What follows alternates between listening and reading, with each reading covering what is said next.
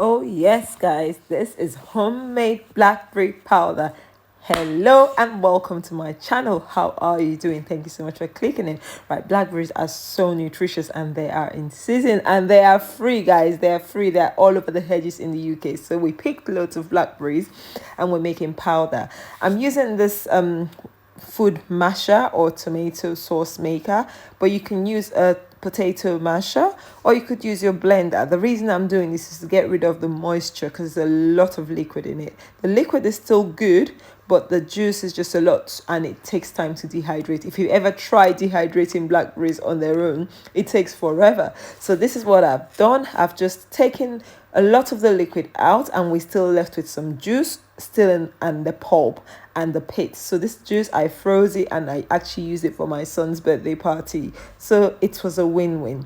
So now this bit we've got left, you can see it's still really moist. You can still add some of the juices on top because I did that and it was fine, but it just takes a little bit longer and I wanted to do this really fast. So spread this out thinly on a food safe baking sheet, okay, and use your oven. Yes, I am using my oven, and in 24 hours, voila, we had blackberry caked up and dried. It was ready to be blended. So I'm gonna blitz this to start with.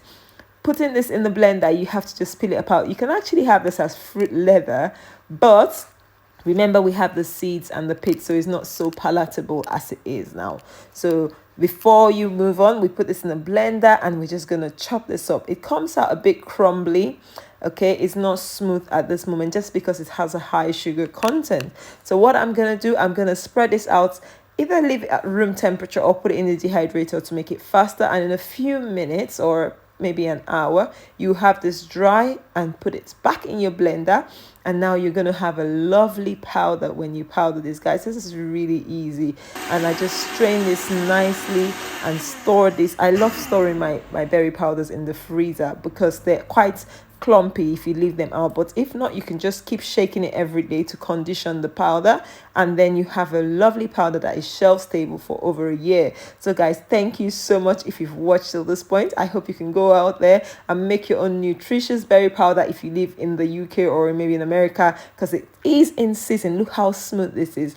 You can add this to your porridge, to your smoothies, to your juices for a nutrient punch, and even to your baked goods. Okay, give this video a thumbs up, guys, if you've enjoyed this video. If this tip has been helpful to you, you can make fruit powders. It's just a little bit longer process than normal sort of dehydrating herbs. Okay, so thank you for watching, and please consider subscribing. Okay, leave a comment as well. Let me know what you think about this, and I'll see you in another video. Bye bye.